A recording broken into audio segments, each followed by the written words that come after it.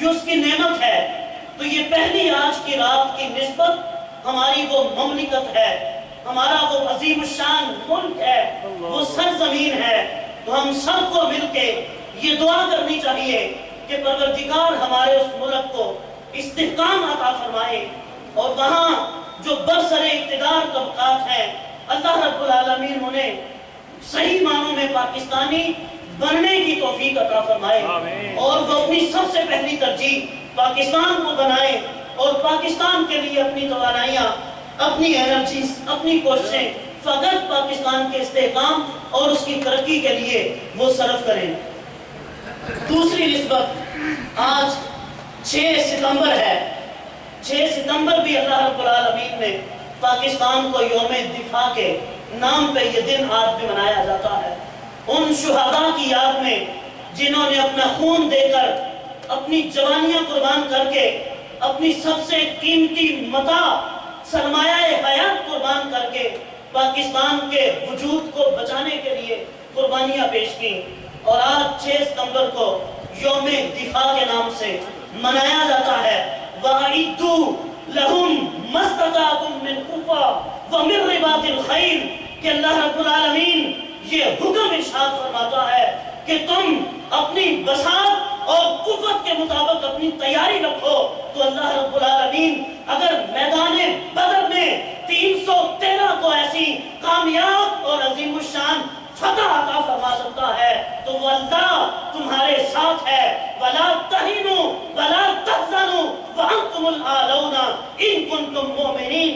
تم نے بزدلی کا مظاہرہ نہیں کرنا، تم نے لوگوں کے سامنے اپنی شکست کو نہیں تسلیم کرنا، تم نے سرنڈر نہیں کرنا۔ جب تم ڈٹ جاؤ گے اللہ اور اس کے رسول کے نام پر تو کامیابی، کامرانی تمہارے قدم چھوئے گی۔ سبحان اللہ۔ وَأَنْتُمُ الْأَعْلَوْنَ إِن كُنتُم مُؤْمِنِينَ۔ سب سے سربلند تم ہوگے اگر تم مومن ہوئے۔ تو سب سے پہلی شرط یہ ہے کہ اللہ رب العالمین ہمیں صحیح معنوں میں مومن بننے کی ہمت اور توفیق عطا فرمائے۔ پروردگار ہماری آج کی اس رات کے صدقے، ان مقدس لمحات کے صدقے، ان نور ساعتوں کے صدقے پروردگار پوری پاکستانی قوم کو اپنی حفظ و امان عطا فرمائے۔ ہمارے راستے میں جو مشکلات ہیں، جو بڑے بڑے مصائب کے پہاڑ کھڑے کیے جاتے ہیں، کبھی وہاں پہ ٹیررزم کا ہمیں بلیم دیا جاتا ہے، کبھی خودکش حملوں کا ایک طوفان کھڑا کر دیا جاتا ہے، کبھی ہمیں اندرونی اور بیرونی خلفشار کا شکار بنا دیا جاتا ہے۔ تو آپ دعا کریں کہ پروردگار اپنے حبیب کا صدقہ اور جنگ بدر کے ان پرعزم شہداء اور غازیوں کا صدقہ کہ جنہوں نے اللہ اور اس کے رسول پر بھروسہ کرتے ہوئے اپنے سے کئی گنا بڑی طاقت سے لڑ جانے کا، ٹکرانے کا عزم کیا تھا، اور پروردگار نے انہیں دنیا کے نقشے پر ایک کامیاب اور کامران قوم کے طور پہ انہیں متعارف کروایا کہ کل تم دیکھتے ہو کہ مکہ مکرمہ سے یہ بے سر و سامانی کے عالم میں نکل رہے تھے، وہاں سے اپنی جانیں بچا کر نکل رہے تھے، اور آج اللہ یہ اعزاز عطا فرماتا ہے کہ تم اگر اللہ اور اس کے رسول سے متمسک ہو جاتے ہو، اپنے آپ کو وہاں سے جوڑ لیتے ہو، تم اپنی جبینوں کو اللہ اور اس کے رسول کے ناطے سے منسلک کر لیتے ہو، تو پروردگار تمہیں رسوا نہیں ہونے دیتا، وہ مالک تمہیں ذلت و رسوائی کا شکار نہیں بننے دیتا، بلکہ کامیابی، کامرانی تمہارے قدموں کی ٹھوکر بنا دیتا ہے۔ تو حضرات ذی احتشام آگے چلیے۔ آج کی رات کا ایک امتیاز یہ ہے کہ یہ شب قدر کی رات ہے، یہ لیلۃ القدر کی رات ہے، وہ رات کہ جس رات کو اللہ رب العالمین نے اِنَّا أَنزَلْنَاهُ فِي لَيْلَةِ الْقَدْرِ وَمَا أَدْرَاكَ مَا لَيْلَةُ الْقَدْرِ لَيْلَةُ الْقَدْرِ خَيْرٌ مِّنْ أَلْفِ الشَّهْرِ کہ جسے 1000 مہینے سے بہتر رات قرار دیا گیا ہے۔ اس لیے کہ یہ رات 1000 مہینے سے بہتر کیوں بنی؟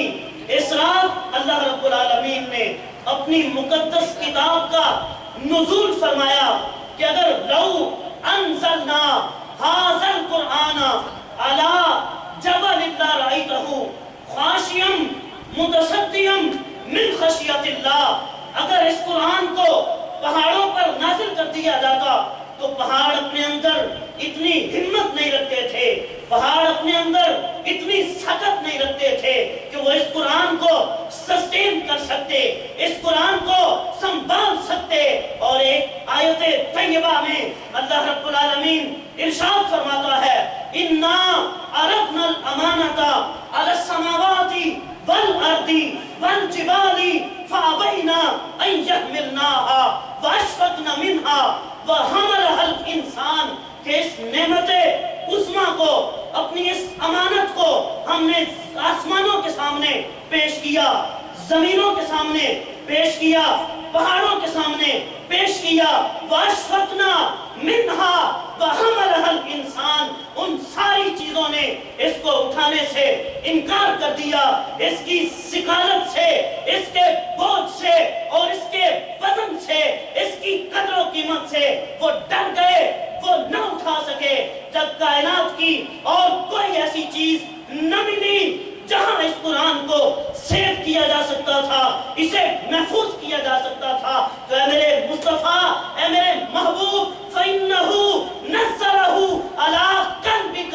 اے میرے مصطفیٰ، دنیا کائنات میں فقط ایک ایسا مقام تھا، ایک ایسی جگہ تھی کہ جہاں پہ اس قرآن کو محفوظ کیا جا سکتا تھا، اور وہ ہے میرے مصطفیٰ کا قلب اطہر ہے.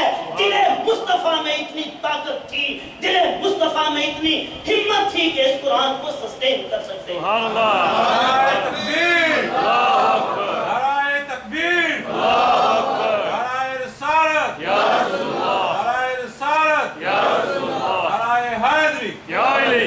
اِنَّا أَنزَلْنَاهُ فِي لَيْلَةِ الْقَدْرِ وَمَا أَدْرَاكَ مَا لَيْلَةُ الْقَدْرِ لَيْلَةُ الْقَدْرِ خَيْرٌ مِّنْ أَلْفِ الشَّهْرِ. کہ یہ 1000 مہینوں سے بہتر اس رات کو مرتبہ اور مقام کس وجہ سے ملا؟ نزول قرآن کی وجہ سے. قرآن کہاں نازل ہوا؟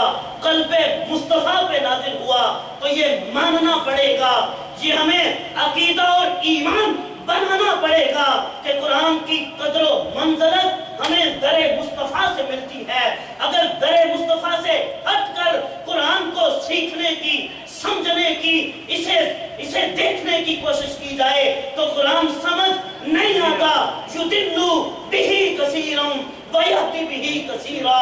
کہ اس قرآن سے بہت سارے لوگ ہدایت پاتے ہیں اور بہت سارے گمراہ ہو جاتے ہیں.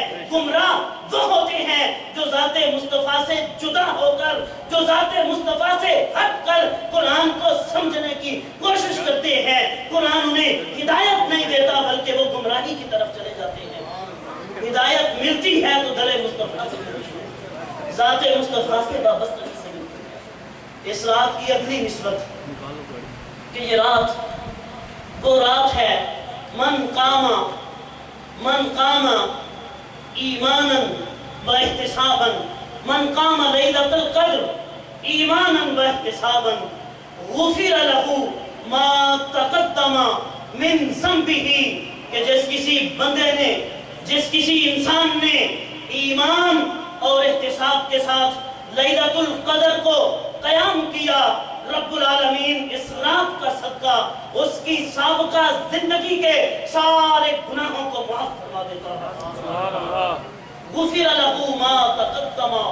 ما ایبسولوٹنس ہے، یہاں یہ تعین نہیں ہے کہ صغیرہ گناہ ہوں گے، کبیرہ گناہ ہوں گے. جو بھی اس بندے کے نامہ اعمال میں گناہ ہوں گے تو یہ ما تقدم من ذنبہ، لفظ ما جو ہے یہ ماں اپنے معنی کے اعتبار سے اتنی وسعت بتاتا ہے، اتنی ایبسولوٹنس بتاتا ہے کہ تم نے جو بھی گناہ کیا، تم نے جو بھی غلطی کی، تم سے جو بھی غفلت ہوئی، جب تم سچے دل سے اس بارگاہ خدا بندی میں آ جاتے ہو تو پروردگار تمہیں معاف فرما دیتا ہے. حضور صلی اللہ علیہ وسلم ارشاد فرماتے ہیں اے میرے پیارے صحابہ، اگر کوئی بندہ جنگل و بیابان میں سفر کر رہا ہو اور اس کے پاس اونٹ ہو اور اس اونٹ کے اوپر اس کے پاس ساز و سامان ہو اس کے کھانے اور پینے کا، اس جنگل و بیابان میں دور دور تک زندگی کا کوئی نشان نہ ہو، دور دور تک زندگی کے کوئی آثار نہ ہو، نہ کوئی کھانے کی چیز نہ کوئی پینے کی چیز، وہ بندہ سفر کی منزلیں طے کرتا کرتا ایک مقام پہ رکتا ہے، سستانے کے لیے، آرام کرنے کے لیے رکتا ہے۔ جب اس کی آنکھ لگی، آنکھ لگنے کے بعد جب جاگ آئی تو دیکھتا ہے کہ جس اونٹ کے اوپر اس کا ساز و سامان تھا، جس اونٹ کے ساتھ اس کی زندگی